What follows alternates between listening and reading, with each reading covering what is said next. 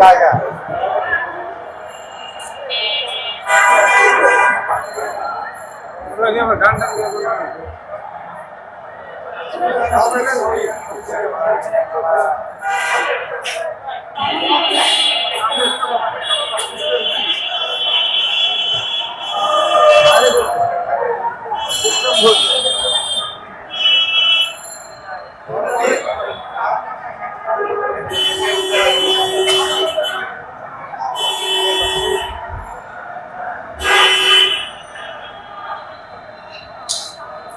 আমি ঢাকা মূলত কেরানীগঞ্জের, আর আমার সহকর্মীরা আমরা 64 জেলা থেকে এখানে সবাই উপস্থিত হয়েছি।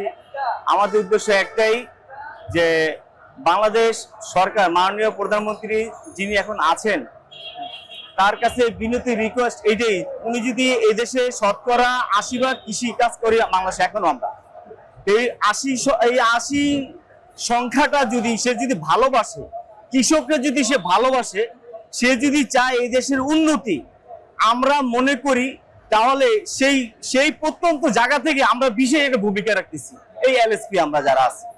আর আমাদের দাবি একটাই যে সে যদি দেশকে ভালোবাসে, দেশের কাজকে ভালোবাসে, দেশের উন্নয়নকে ভালোবাসে, এই উন্নয়নের সাথে আমরা জড়িত আছি।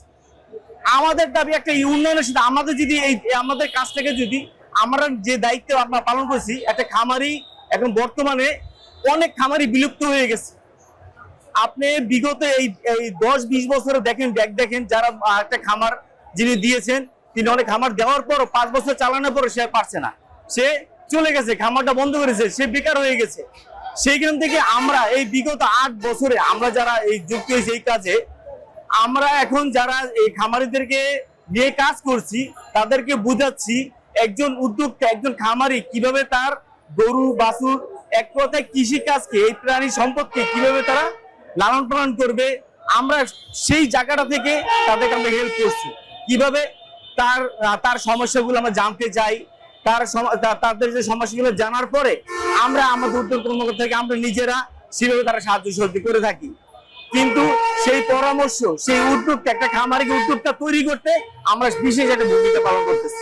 তাই সরকারকে আমরা বলতেছি যে আপনি যারা চেয়ার টেবিলে বসে আছে, যারা এই দপ্তরগুলোতে, তাদের কথা আপনি শুনেন না, আপনি ফিল্ডে আসেন, আপনি তার বিশেষ কিছু লোক দিয়ে, আপনি তো নিজেও দেখছি মাঝে মাঝে আপনি এই বৈশাখে পয়লা বৈশাখে আপনি ঘুরছেন, আপনি খামারে আসেন, তাদেরকে জিজ্ঞেস করে দেখেন যে তাদের সবচেয়ে উপকারী লোকটা কারা, এই আমরাই, এই এলএসপিরাই।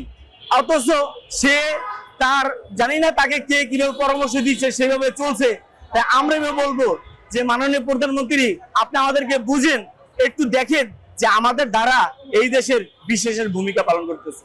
তো আমাদের যে দাবি দাওয়াটা সেটা হচ্ছে আমাদের এলএসপি এলইডি যে ইয়েটা আছে, এলডিডিবি থেকে আমরা এটাকে স্থায়ীকরণের জন্য আমাদের মূল দাবি, আমাদের বেতনটা ফ্যাক্টর না, আমরা চাই যে আমরা এখানে থাকতে, এবং বেকারত্ব শুধু যে আমরা বেকার হয়েছি তা না, আমাদের পাশাপাশি আমরা যে উদ্যোক্তা তৈরি করছি, আমরা যে খামারিগুলোদের নতুন নতুন খামারিদের উদ্যোক্তা তৈরি করছি, তাদের বিভিন্ন ভাবে চাষাবাদের বিষয়ে পরামর্শ দিচ্ছি, তারা বাংলাদেশ সরকারকে তারা আজকে কিভাবে সাপোর্ট দিচ্ছে, আমরা পাশাপাশি সাপোর্ট দিয়ে যাচ্ছি।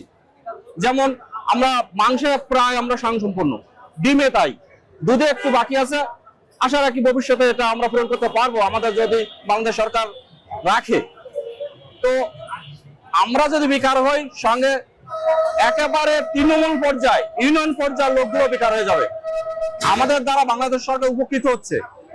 আজকে বিগত সালে কি ছিল, আমাদের আসার পরে কি হয়েছে, ওনার কাছে আমাদের বিশেষ অনুরোধ, উনি দেখেন, স্থানীয়ভাবে তদন্ত করে দেখেন যে আমরা কি উন্নয়ন দেখাইছি। আজকে উন্নয়নটা শুধু আমার না, সারা বাংলাদেশে।